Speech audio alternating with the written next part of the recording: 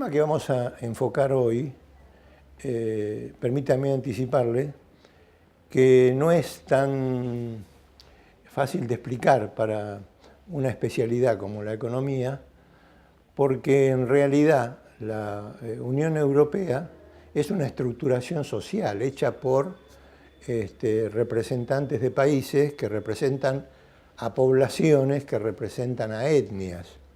La Unión Europea es un gran edificio que se está empezando a resquebrajar. Permítanme anticipar eso. ¿Y esto qué implica? Implica que alguna partecita ha quedado rajada, sus habitantes en esos lugares, en esos espacios, están un poco con situaciones precarias.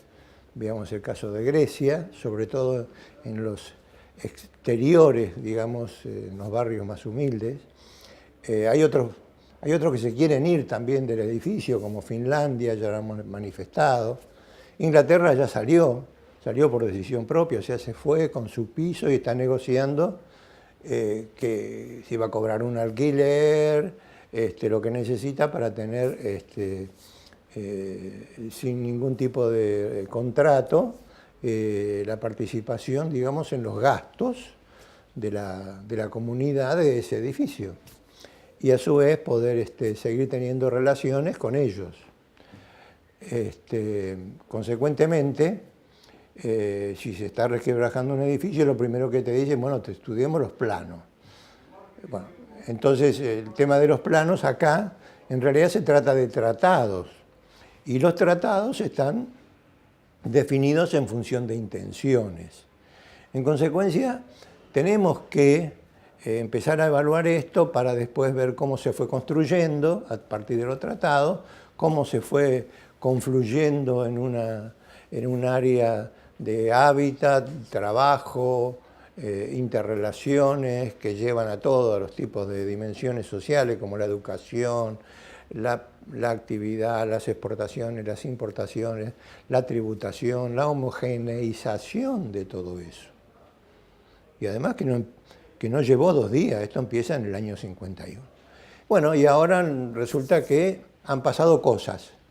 No me quiero anticipar, así que, como les dije, empecemos por el principio. O sea, ¿qué fue, cómo ha nacido, cómo se estructuró, qué es, cuáles son los principales hitos en esa construcción de este gran edificio? Dentro de ese edificio, ¿en qué condiciones Gran Bretaña estaba integrada a la UE, a la Unión Europea? Bueno, también vamos a ver en qué se fundamentan los ingleses y las instituciones que apoyan esa actitud y justo este año. Vamos a dividirlo en 2 partes. Esta primera habla del contexto de la Unión Europea y en una próxima reunión vamos a profundizar, en base a lo que se diga en la sesión de hoy, todo lo referido a la salida del Brexit y qué es lo que se puede augurar en términos de la Unión Europea, de su importancia y del efecto sobre el resto del mundo. Lo que mejor describe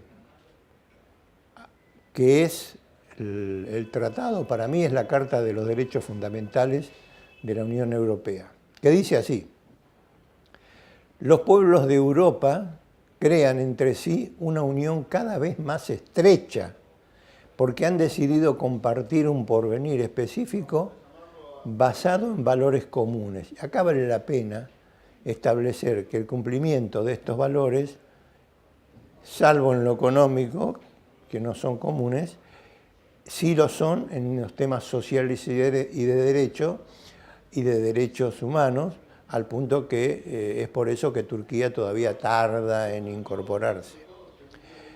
También dice que la Unión está fundada en valores indivisibles y universales de la dignidad humana, la libertad, la igualdad, la solidaridad. Se basa en los principios de la democracia, en los principios del derecho. Al instituir la ciudadanía de la Unión y crearse un espacio de libertad, seguridad y justicia, sitúa a la persona en el centro de la actuación de la Unión. Actúa dentro del respeto de la diversidad de culturas, tradiciones de los pueblos de Europa, la identidad de los Estados nacionales miembros que se procura no perder, pero a su vez articulando la organización de los poderes públicos a escala nacional, el país regional, a escala regional ya estamos hablando de agrupaciones de países, y local, o sea, tiene que ver con el municipio, etc. Tratando de fomentar un desarrollo que sea equilibrado, por un lado, es el principio, equilibrado, que sea común, compartido, disfruten todos del bienestar que se genera, y que se garantice, y este es un principio esencial de una unión que va más allá de lo económico, la libertad de la circulación de personas, de servicios, de bienes, de capitales y de establecimiento, que yo, ucraniano o polaco o español, me pueda colocar en Italia, es un derecho que adquiero por pertenecer a la Unión Europea.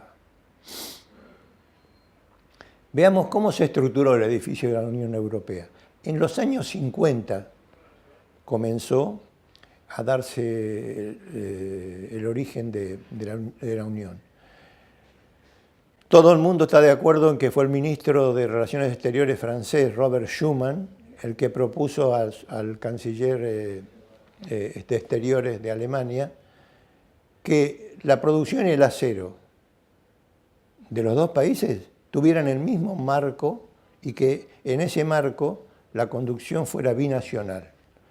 Esto era en realidad un paso después de haber terminado de matarse entre franceses y alemanes solo 5 años antes. El hecho de que el acero y el carbón fuera el primer nudo que se destrabara y al cual se sujetaran con el mismo nivel de participación, entendimiento, responsabilidades y principios, es porque era el corazón de la industria pesada metalmecánica, en aquel momento en la tecnología bélica que se usaba. Ese primer paso tuvo como resultado la Comunidad Europea del Carbón y del Acero, CECA, que está regida por un tratado que se firmó en París y que estableció, por un acuerdo que se hizo posterior a los primeros pasos, a que pudieran participar los demás países de Europa. O sea, en el mismo acuerdo sectorial del carbón y del acero, se fue un poquito más allá, diciendo que podían entrar otros, no solo Alemania y Francia. Así es que pudieron acompañar a Francia y a Alemania los países como Italia, que está muy vinculado a Alemania, Bélgica, los Países Bajos, que están más asociados a Francia, y Luxemburgo. Estos fueron los 6 primeros. Esto terminó siendo un acuerdo que en lo práctico se compartan los derechos sociales, humanos, el respeto a la cultura, la democracia, la libre circulación de las personas. Los principales hitos de la Unión Europea que vamos a señalar los he elegido de común acuerdo con la idea de señalar el camino que hubo que construir y toda la intelectualidad puesta al servicio de la institucionalidad de una creación. Esto fue una creación humana que contempló todas las dimensiones, tanto del derecho como de las actividades, como de las sociedades, como de la historia, y como la visión de un futuro de escala mayor. El siguiente paso se dio con los tratados de Roma. Junto con el de París, fueron los que hicieron la arquitectura de la comunidad y que le agregaron al Acuerdo del Carbón y el Acero en 1957 la Comunidad Económica Europea. Ella profundizó los objetivos en lo económico, con un mercado común donde circularan libremente los bienes, los servicios, las personas, los capitales, esencialmente, haciendo que las políticas económicas de los Estados miembros no lo hagan de un golpe, sino progresivamente. El objetivo de la escala del mercado y la movilidad más libre de los recursos para los arquitectos de la Unión son la base de la economía de los países que la integraban y lo que iba a potenciar. La libre circulación permitiría que se movilizaran los recursos y la escala del mercado ampliado garantizaría que no hubiera una especialización muy fuerte, sino que habría una distribución equilibrada de las inversiones para que tuvieran una dimensión competitiva. Todo esto que estoy hablando son bases, son cosas previas. O sea, no hubo ningún hecho que luego fuera convalidado por la Unión, sino que previamente se establecían las reglas y después se actuaba. A la acción de la unificación de las políticas y las actividades del carbón y el acero le siguió la de la Comisión de Energía Nuclear, puesto que se visualizaba que a futuro la dificultad de aprovisionamiento de la energía iba a ser un elemento que restringiera el crecimiento. Entonces, como se trataba de la incorporación de la energía nuclear con fines pacíficos para la producción de energía, pero atendiendo a la seguridad por el manejo de los resultados que podían, crearse en forma indirecta por algún tipo de falta de compromiso con el manejo, el funcionamiento, y para proteger a la población, se acordaron las normas básicas de acción en materia nuclear. Esto fue en 1957, o sea, 5 años después del Tratado de París. Pasaron 10 años para que se estructurara la conducción de los ejecutivos de la Comisión Europea. Ahí se dieron en Bruselas una estructura organizativa donde se constituyó la Comisión Única y el Consejo Único, que era lo superior, involucrando tres comisiones: la SECA, la Económica Europea y la de Energía Nuclear.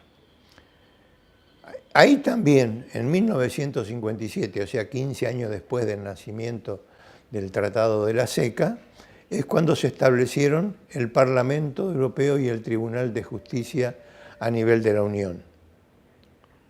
Otros 10 años pasaron para que en el año 1975 el presupuesto comunitario pudiera tener un control, creándose el Tribunal de Cuentas de la Comunidad. Bueno, esos son, digamos, todos hitos que tienen que ver con las normas de funcionamiento, administración, utilización de recursos y control de los mismos, y a su vez las jerarquías de las tomas de decisiones donde se ponderaban las participaciones en la comisión en función de los aportes relativos de cada uno de los países en materia de producción, en materia de impuestos cedidos a la comunidad, etcétera, el presupuesto comunitario. Los resultados de esta convergencia en acciones comunes en lo económico, acciones comunes en los tratados sectoriales del carbón y el acero, en materia de producción, investigación y aplicación de la energía nuclear, tuvieron resultados muy positivos. Estos resultados fueron tan auspiciosos que el Reino Unido, la isla de Gran Bretaña, solicitó la adhesión y además en distintos momentos se fueron incorporando distintos países. La séptima ampliación fue recientemente, el 1 de enero de 2013, y tuvo la adhesión de Croacia, llegando en este momento a ser 28 países el número de Estados miembros, entre ellos Irlanda, Dinamarca, Grecia, España, Portugal, Austria, Suecia, Finlandia, Polonia, Hungría, República Checa, Eslovaquia, Eslovenia, Estonia, Letonia, Lituania, Malta, Chipre, Rumania, Bulgaria. O sea, la situación actual ha sido como el resultado de una explosión con una incorporación gradual de los países que pasaron por muchas gracias, buen día. Pasaron por la caída del muro de Berlín, pasaron por la crisis de la deuda en Estados Unidos, que terminó siendo a nivel global, y permitió la anexión de los países del este europeo, no todos, pero de una mayoría, así como está Noruega de la península escandinava. Bueno, el sistema monetario europeo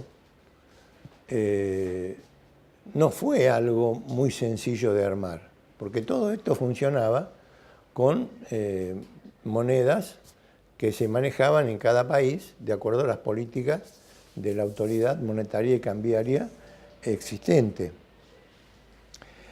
El acuerdo monetario, el acuerdo sobre el sistema monetario, fue una necesidad a los efectos de que se eliminara la posibilidad de la inestabilidad de los valores cambiarios en los distintos lugares a donde todos tenían acceso y los precios se tenían que combinar de acuerdo a los valores de las monedas nacionales.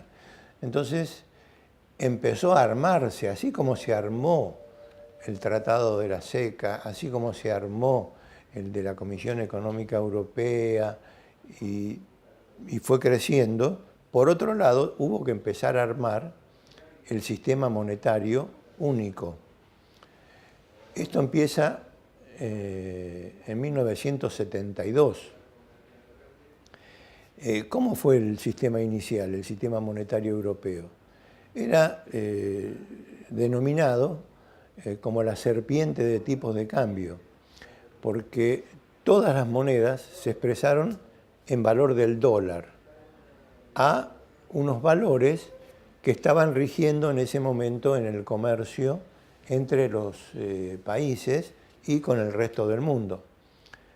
Eran tipos de cambio fijos, se establecieron tipos de cambio fijos, pero acotaron la variabilidad de ese valor en más y en menos a los efectos de que se pudieran exteriorizar las diferencias coyunturales hasta que se llegara a un verdadero valor de ajuste. Pero fíjense, estamos hablando del año 72, de la década del 70. No fue muy fácil la década del 70, porque hubo simultáneamente en el año 73-74 y en el año 78 dos crisis petroleras importantes que afectaron la política monetaria americana y la cotización del dólar.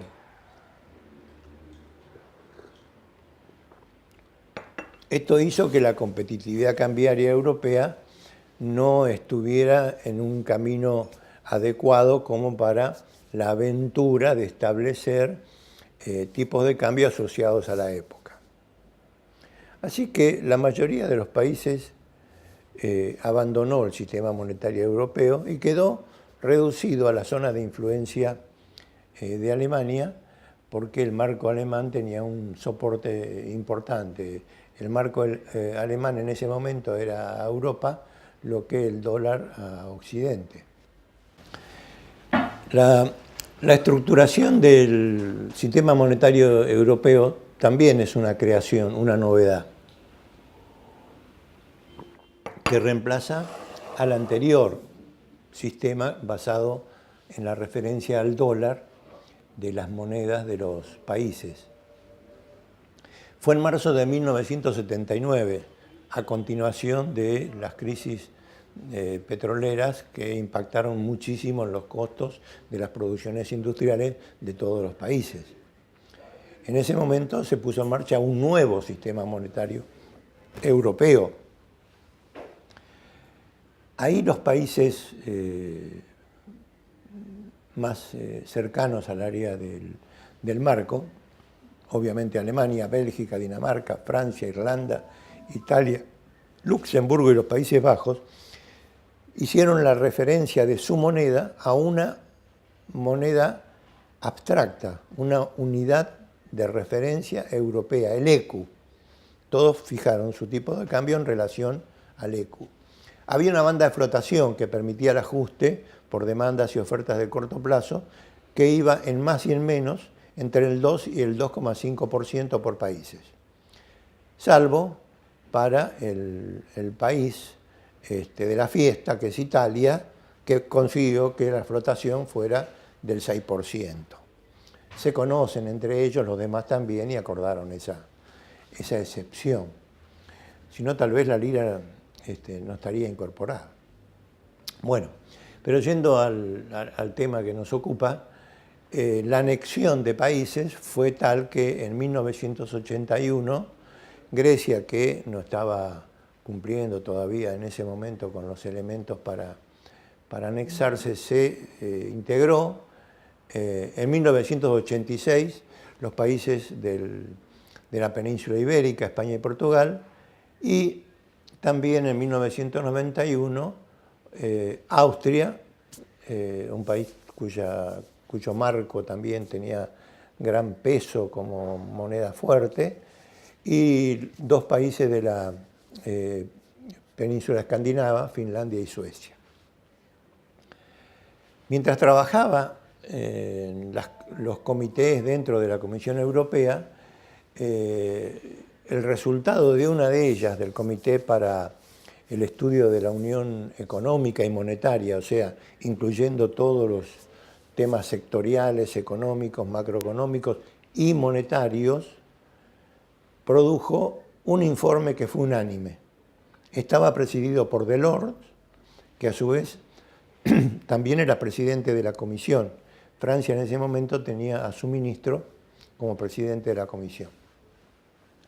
El objetivo de la Unión Monetaria fue definido muy precisamente. Iba a consistir en una liberalización total de los movimientos de capitales, la integración absoluta de los mercados financieros, la irreversible convertibilidad de las monedas, la fijación irrevocable de los tipos de cambio. Fue un anillo que se pusieron de compromiso para un casamiento futuro con el nacimiento del euro. ¿Por qué? Porque siguieron a continuación con la posible sustitución de las divisas nacionales por una moneda única. Ya sería el anillo de casamiento. O sea, cuando se diera la sustitución de las monedas nacionales por la moneda única, cuyo nombre todavía no se había establecido, en ese momento se daría el casamiento completo con todas las funciones de esta asociación.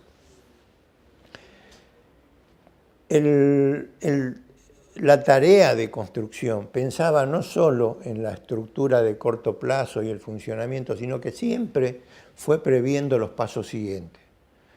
También para la construcción del sistema monetario europeo y de la moneda única, ellos establecieron 3 etapas. La primera iba a partir de la coordinación económica y monetaria, o sea, los países tenían que ir adecuando y coordinando sus políticas e instituciones de todos los ámbitos de la economía y de la moneda, hasta llegar a una moneda única. Esto implicaría la creación de un Banco Central Europeo, o sea, de todos los países miembros de esa unión, que sería independiente, entre comillas, y con normas que regulasen la magnitud y la financiación de los déficits públicos nacionales.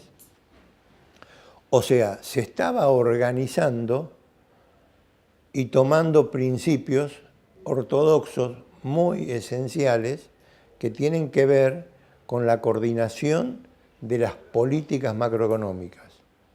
Estaban definiendo la regulación sobre cuánto sería el déficit y cómo se financiaría como condición para funcionar el euro. Dentro de los principales hitos y siguiendo con las previsiones del informe de Delors, llamado así por el de la Constitución de la Economía Monetaria de la Unión, hay 3 etapas. La primera fue entre 1990 y 94,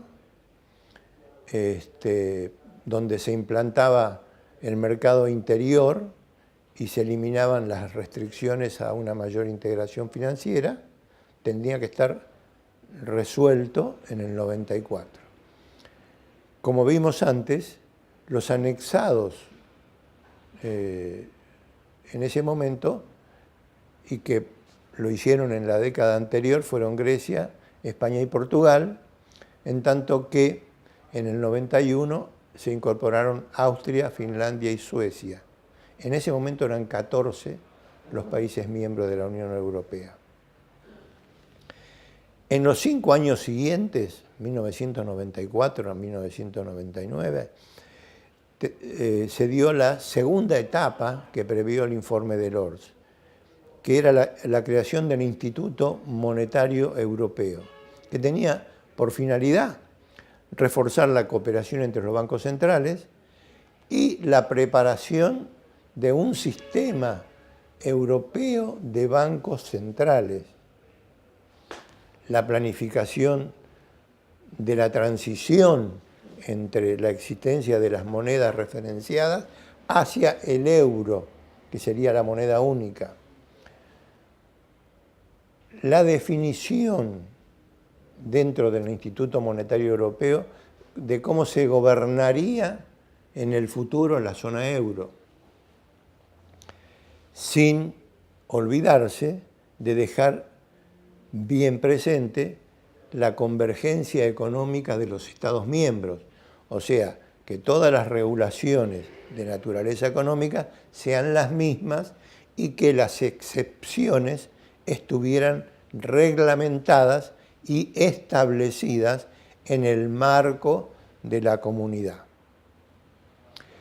Para la etapa siguiente se establecía la fijación de los tipos finales de cambio, después de estos ajustes que se estaban dando con relación al ECU, y la transición al euro. El establecimiento efectivo del Banco Central Europeo y del sistema de bancos centrales nacionales, que tendría en sí mismo, ambos dos, una política monetaria independiente. finalmente, consistentemente con lo que se había establecido en el informe del Comité de Lourdes, la aplicación de normas presupuestarias que debían seguir los Estados miembros. Los criterios de convergencia del paso dentro del IME hacia el euro, que implicaban la transferencia de la autonomía monetaria, algo sin precedentes y que caracterizó a toda la era posterior al euro, tenía como límite consensuar la prioridad con prioridad económica el control y la reducción de la inflación. Este era el objetivo central para poder incorporarse al euro. El proceso previo, entonces, era el control de la inflación. Se tuvo que poner un nuevo objetivo, ya que únicamente se podían modificar de mutuo acuerdo los tipos de cambio hasta el momento de la entrada en vigor del euro, solamente si se ponían de acuerdo los Estados miembros con la Comisión. La Comisión, como veíamos, es el órgano máximo supremo que está integrada por representantes de todos los países, pero los Estados miembros tenían sus gobiernos. Entonces, todo esto tenía que ser acordado de esa manera. Siempre se habló de que en realidad el verdadero poder lo tenía la Comisión, porque era un poder supranacional, y de esta manera los países que tenían mayor poder en la Comisión podían lograr más. Bueno, todo esto es un criterio natural de discusión entre poderes que se da al interior de los mismos poderes nacionales. Un ejecutivo nacional puede más que un provincial. O sea, acá se repite la historia del poder de policía y de política que tiene un ente supranacional, en este caso sobre los nacionales, versus un ente nacional versus los regionales. Lo que ayudó muchísimo a esto que estamos hablando es lo que se conoce como el famoso Tratado de Maastricht, que se firmó, fíjense ustedes, en lo que sería la primera etapa de las 3 etapas de Delors. Se llama Maastricht porque es ahí donde se negoció y se firmó. Que en realidad lo que se establece es una combinación de tasas de inflación entre países que fuera convergente con las tasas de interés para que permitieran sostener el tipo de cambio que estaban tratando de establecer como punto de partida en la convergencia del euro, la intervención común, porque no se podía intervenir en forma individual en los mercados de divisas, y la aplicación de los controles a los mercados de capitales. Este marco de referencia de estabilidad económica, solidez y sostenibilidad de las finanzas públicas, en realidad es un modo también de cesión de voluntades de política económica, porque se estaban poniendo el corset presupuestario al mismo tiempo que se iban a poner el corset monetario. Pero tenían que demostrar en el ejercicio de lograr esta convergencia en metas fiscales y monetarias de que los que estaban gobernando en los países y sus técnicos eran capaces de gestionar sus economías sin tener que devaluar. Estos criterios tenían que permitir que la devaluación no estuviera presente durante el proceso de convergencia. Y eso fue lo que realmente se vio, que eran capaces. Fíjense ustedes cómo cayó la volatilidad de los tipos de cambio a corto plazo entre las monedas. Fíjense, me refiero a que es un hecho que aconteció. Otro elemento que se adiciona al Tratado de Maastricht, previo a la tercera etapa, que concluiría en el euro, fue el Pacto de Estabilidad y Crecimiento. En realidad, es más un pacto de estabilidad que reunía todos los elementos que hacían a la constitución del Tratado de Maastricht para que se garantice la disciplina presupuestaria conforme a lo que establecían los criterios de la unidad económica y monetaria. La supervisión del cumplimiento del Pacto de Estabilidad y Crecimiento de la Unión Europea estaría supervisada por la Comisión. Acá se fijaron en este momento los números a lo que se dijo en el Tratado de Maastricht. Y los números eran: los déficits públicos y la deuda pública conforme al tratado deberían ser inferiores al 3 y al 60% del Producto Bruto. O sea, el déficit tenía como tope el 3% del PBI y la deuda pública el 60% del PBI. Si no pasaba eso, el Consejo, que es el organismo ejecutivo de la Comisión, podía establecer un procedimiento que contemple sanciones como último recurso de carácter económico contra el Estado miembro en cuestión.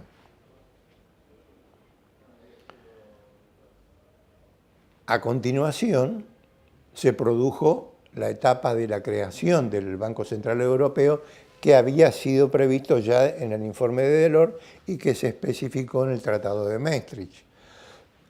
El sistema europeo de bancos centrales, y de esta manera se sustituyó al IME, el Instituto Monetario Europeo.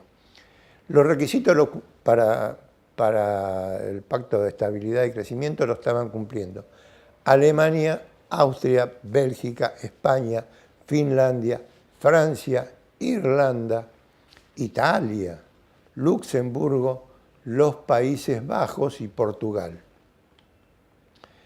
Y el 1 de enero, con estos países, se puso en marcha la tercera etapa de la Unión Europea Monetaria, que es el periodo de transición de 3 años que finalizaría con la introducción de los nuevos billetes y monedas, reemplazando la existencia de los billetes y monedas nacionales, el marco, la lira, el franco, etc. Si ustedes observan en este gráfico, en el lado izquierdo tienen las monedas nacionales expresadas en términos de su valor en euros, cómo fue cayendo el stock entre el 2000 y el 2002 y cómo fue siendo reemplazado y intercambiado para cada país en función de la cantidad de billetes que entregaba por la cantidad de billetes que se le daban de la nueva moneda. Prácticamente al 2003 no existía ya en los cajeros un billete de tipo nacional. Quedó para los coleccionistas de monedas. Ese periodo del 2000 al 2002, en realidad fue un periodo de adaptación hasta que se reemplazaran todas las monedas y para que el stock de monetario que existiera fuera estable. Este valor era aproximadamente del stock monetario para los miembros que se habían asociado, era de 350.000 millones de euros equivalentes. Si ustedes fijan su atención en la parte derecha del gráfico con la línea azul, van a ver que ese stock estable de 350 millones de euros que existía en el periodo de convergencia pasó a aumentar a los 500.000 millones de euros en 3 años. O sea que fue un 42% de aumento de emisión monetaria, lo cual indicaba el carácter expansivo que se le quería dar a la economía del euro. Fíjense ustedes en este gráfico, que es bastante ilustrativo, tenemos a todos los países, y los que no, están en grisecito, a todos los países en su distinta instancia de pertenencia al euro. Inglaterra desde el inicio no participaba, Suiza nunca se integró a la comunidad, y el resto de países que tenían integración económica pero no monetaria están puestos con un marrón claro, y los que participaban totalmente de la política económica y monetaria, cumpliendo los principios del Pacto de Estabilidad y Crecimiento, en amarillo. Es gráfica la dimensión continental y occidental de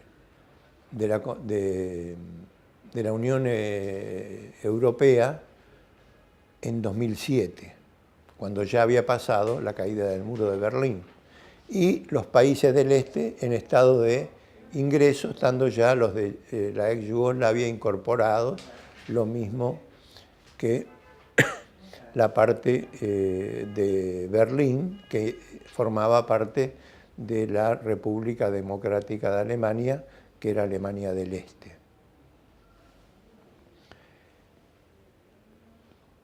Se coloreó Europa, la Europa de los 12, la Europa del euro, y veamos por qué. Antes del euro, lo que estamos viendo en este gráfico, la inflación variaba entre los países entre un mínimo del 0,5% hasta un 30%.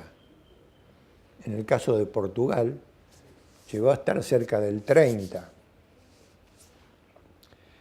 Pero fundamentalmente la volatilidad de las tasas de inflación durante el proceso de convergencia fue cayendo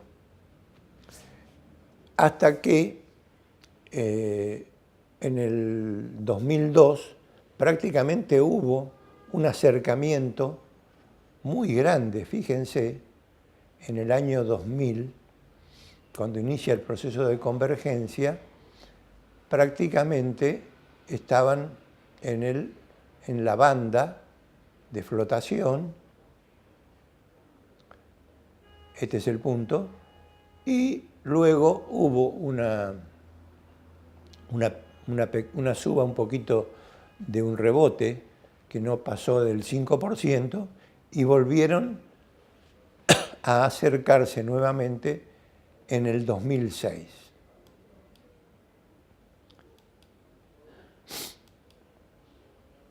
Toda una época de suba entre el 61 hasta el 1979, una época de baja hasta 1997, y en la época de la consolidación de los primeros años de salida del Pacto de Estabilidad y Crecimiento hacia la implantación del euro, que cayó muchísimo la volatilidad y el nivel.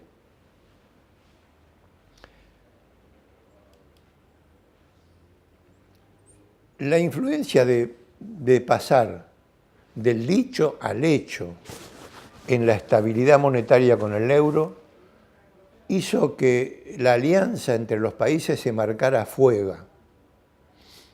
Sobre todo consiguió la adhesión importantísima de los países que venían del comunismo. Vamos a ver de qué hablamos cuando estamos hablando del euro en relación a la Unión Europea, a los Estados Unidos y a Japón en 2004. La población en millones de personas en el año 2004, funcionando plenamente el euro, era el 67% de la Unión Europea, que estaba compuesta por 459 millones, o sea, lo amarillo más lo naranja. Llegaba a ser un 6% más los 311 millones, que la población americana, que alcanzaba a 294 millones. Era 2 veces y media la población de Japón, que alcanzaba a 127 millones. Hablemos de la dimensión del euro en su era. En el año 2004 vamos a ver la población, en millones de personas, y el Producto Interno Bruto, también en billones de euros, calculados a la paridad del poder adquisitivo. Del total de la población de este agrupamiento, que es el euro, los 25 de la economía de la Unidad Europea, los 294 de Estados Unidos y los 127 de Japón, el 67% de la Unión Europea estaba en la zona euro. A su vez, la población de la zona euro llegaba a ser un 6% más que la población de Estados Unidos. Y es 2 veces y media la de Japón. En cuanto al PBI, de la comunidad del euro es un 75% del total que estaba en la zona de la Unión Europea de 25 países. También es el 75% del PBI de los Estados Unidos y es 1,3 veces superior, o sea, es el 230% de la economía japonesa. Es muy importante señalar que en PBI prácticamente equivale la Unión Europea a los Estados Unidos y que cualquiera de los dos es 3 veces Japón, que era un imperio en ese momento. Ahora, si lo vemos en términos per cápita, la distribución de los mismos no es tan diferente. El promedio daría, digamos, bastante parecido, lo cual implica que el PBI de Japón era superior al PBI del euro. El PBI per cápita, el PBI de Estados Unidos superior al de Japón. Y el total era un poquito más alto que el de la zona del euro. O sea, la dimensión de la distribución del ingreso en Japón permite mostrar que es más homogénea frente al crecimiento económico, ya que su población en millones es muy inferior a su participación en el producto. De esa situación en 2007, pensemos ahora el 2015, donde hay 19 países que participan en la moneda única y 7 países que no participan. La mayoría de los países están participando de la moneda única. Los participantes del euro ahora son llamados los originales, que son Alemania, Austria, Bélgica, España, Finlandia, Francia, Grecia, Irlanda, Italia, Luxemburgo, Países Bajos y Portugal. A los que se suman los países nuevos, Estonia, Letonia, Lituania, Eslovaquia, Eslovenia, que vienen del bloque del este, más Malta y Chipre, que son las islas que están en el Mediterráneo. Y no participan ya Dinamarca, nunca participó el Reino Unido y no participan Croacia, Rumania, Bulgaria y República Checa, fundamentalmente por no dar con los criterios que se establecen. Y no son miembros de la Unión Europea Suecia, Suiza y Turquía. Fíjense ustedes, después de ver estos tramos en hitos, qué pasó durante el proceso del euro en términos del PBI per cápita al interior de los países de la eurozona.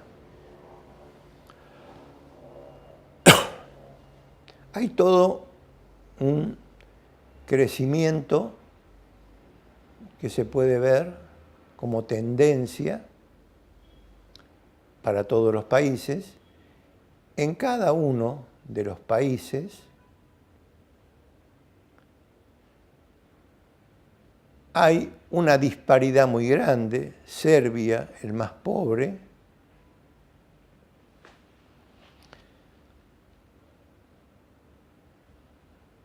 en términos per cápita. Eslovaquia, que está dentro de los más ricos en términos per cápita, participan de la eurozona. No participan de la eurozona Croacia, Checoslovaquia, Rumania, Bulgaria, y todos estos países que no participan de la eurozona tienen niveles de ingreso per cápita actualmente, que se ven por la línea negra, por encima del año 1986.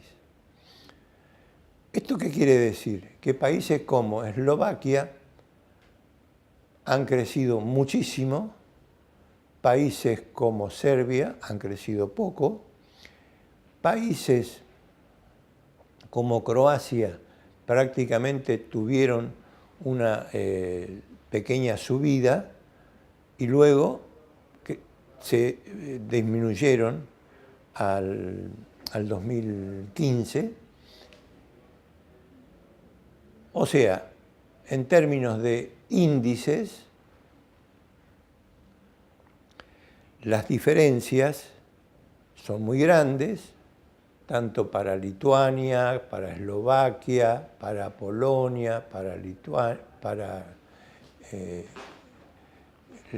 Litvia y para Estonia.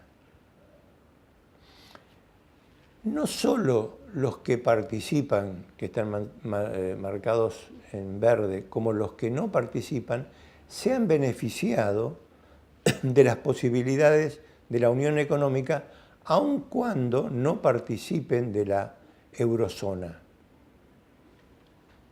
Ya ni me acuerdo. Para sintetizar, todos los países que tienen ingresos bajos, sean o no participantes de la eurozona, mejoraron su PBI per cápita. Todos fueron afectados, y eso se ve en estas caídas, por la crisis americana en distinta medida, pero la mayoría se recuperó muy fuertemente. Croacia, Hungría y Serbia, que es el más pobre, se recompusieron levemente. Los más destacados están en orden creciente: Bulgaria, Rumania, Polonia, Eslovenia, República Checa, Lituania, Libia, Eslovaquia y Estonia.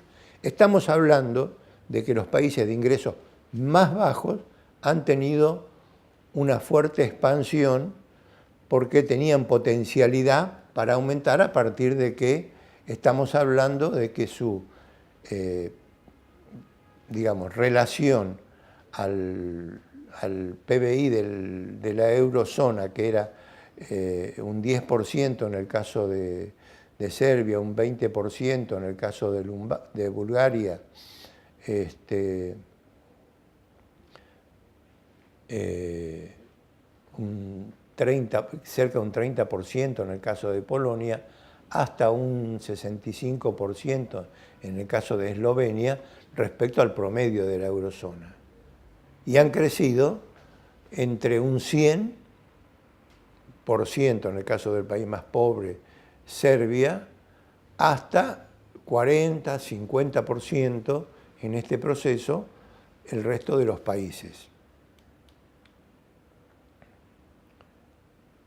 En cuanto a los países de ingresos medios, fíjense ustedes que estamos empezando en ingresos medios relativos al promedio de la zona euro del 50% con Malta, pasó a crecer prácticamente un 70% al 2015. Portugal, que tuvo la crisis americana y la crisis europea, se ha mantenido relativamente en los niveles sin cambio, y Grecia ha sido lo que cayó. Esto es 1900, es el principio de la serie, y este es el año 2015. O sea, pudo repuntar en los primeros años, pero en la crisis cayó. A Chipre le pasó algo parecido, también tuvo su crisis. En cambio, España e Italia están en un intermedio, sufriendo las penurias de los ajustes. El promedio de la eurozona está por encima de todos estos países que estamos viendo acá, y aunque parezca algo inusual, dentro de los ingresos medios está el país más grande de la Unión Europea, que es Alemania, Francia, que es de la zona euro, que le sigue, y Bélgica, que sí se han beneficiado muchísimo en este periodo. Por último, tenemos los países de ingresos altos. Los países de ingresos altos, lo que observamos es que hay dos tramos por niveles de ingresos. Austria, Finlandia, Inglaterra, Holanda, Suecia, Dinamarca, que están dentro de un rango del 120 al 170% de los ingresos per cápita, y que todos han crecido relativamente alto con relación al mundo, pero no tan alto como los países de ingresos bajos y de ingresos medios. Al que mejor le fue después de la crisis que tuvo fue a Irlanda, que repuntó muchísimo, pero fue el que cayó primero, y ven estos niveles acá, al igual que Islandia, que tuvo también su crisis financiera y tuvo un gran repunte posteriormente que lo puso en los niveles del periodo base. Suiza, que no forma parte de la Unión Europea, de la zona euro, ha podido pasar muy bien todos estos años a crecimientos importantísimos, lo mismo que Noruega y Luxemburgo.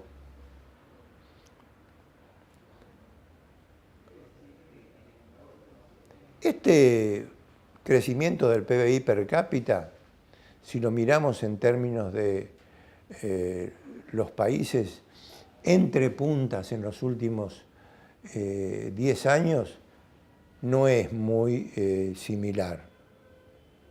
Fíjense ustedes que hay una gran concentración con países que han crecido al 20% como máximo, países que han decrecido como Grecia y Chipre, apenas han aumentado Italia, España y Portugal. En cambio, los países como, digamos, de ingresos más altos y de ingresos medianos han aumentado entre el 30 al 70%.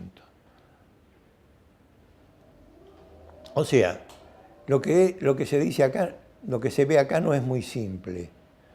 Se están estancados Italia, Islandia, España, han caído Grecia y Chipre, hay un altísimo crecimiento en Checoslovaquia, en Serbia y Suiza, un crecimiento muy elevado en Malta, y exponencial el de Rumania, Eslovaquia y Lituania. ¿Qué puede explicar que tengamos estas variaciones en las tasas de crecimiento, estancamiento por países tan dispares?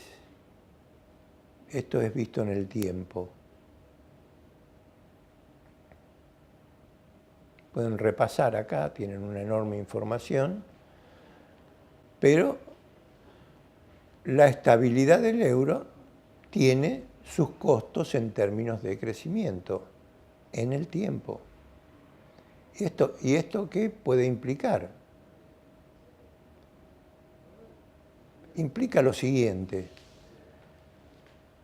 todo venía muy bien, una estructura que tardó 40 años en armarse, y en 7 años de ejecución del euro apareció la primera crisis. En la primera crisis, la resolución la hizo Japón. Prácticamente soportó un pequeño crecimiento del desempleo, pero tiene la menor tasa desde el 2000 en adelante y la menor tasa del mundo. Otro país que ha resuelto el problema en parte es Estados Unidos, pero no completamente. No ha llegado a los valores del inicio de la década, pero es el que le sigue en resolver el problema del desempleo. La Unión Económica Europea tiene en su conjunto tasas altísimas del 10% del desempleo, habiendo estado en el 15%. Y la que peor se encuentra es la zona euro, en términos de desempleo. O sea, que se ha pasado con el euro a una disparidad de tasa de inflación versus una disparidad en la tasa de desempleo. El costo de la estabilidad monetaria ha sido pagado por el costo de la inestabilidad del empleo.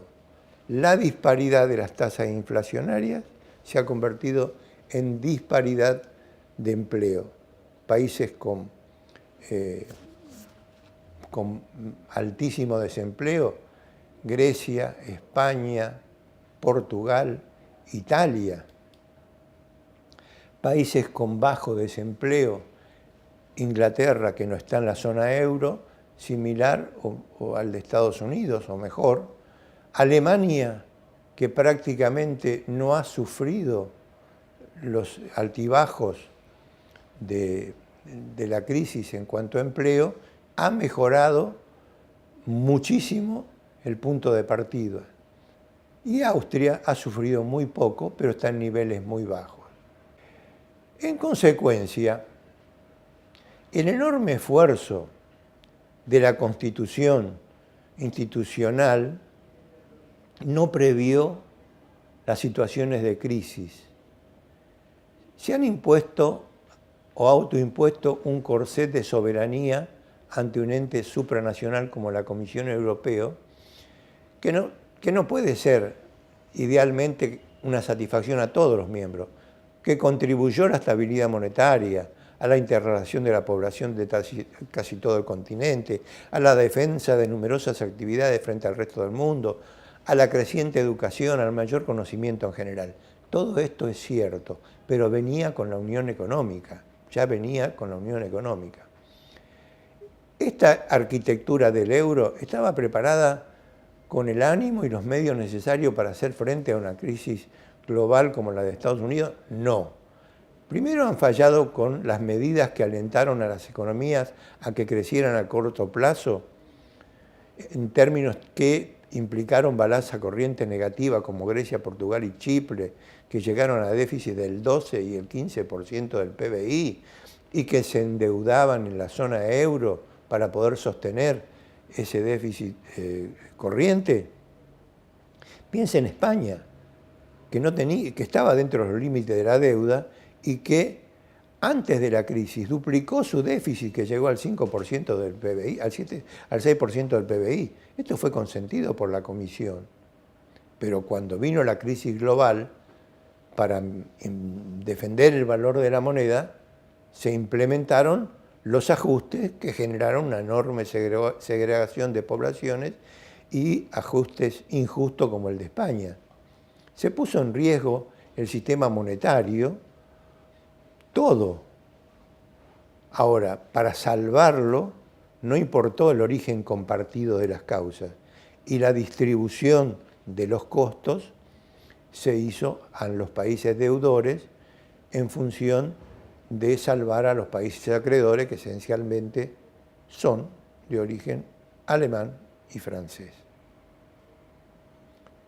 Una síntesis simple, se obtuvo estabilidad monetaria, pero a costa de un desempleo desigual, injusto en los países que la componen.